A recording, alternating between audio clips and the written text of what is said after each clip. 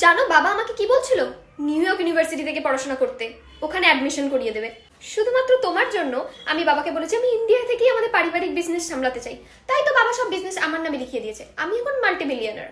তুমি আমাকে হার্ট করবে না তো? কারণ তুমি যদি আমাকে একটু হার্ট করো, আমার বাবা তোমাকে গায়েব করে দেবে। আমার বাবা ইজ ভেরি পাওয়ারফুল। এই যে ডায়মন্ড রিংটা দেখছো, এটা আমার বাবা 10th স্ট্যান্ডার্ডে যখন আমি 50% মার্কস নিয়ে পাস করেছিলাম তখন আমাকে কিনে দিয়েছিল।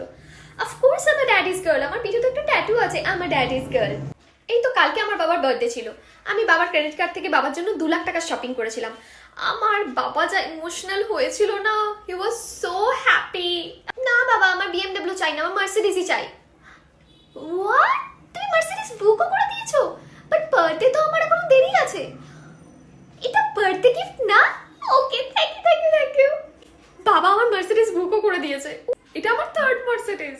আমি জানি না লোকে আমার সম্পর্কে কি ভাবে, but I am a strong independent girl because of my daddy.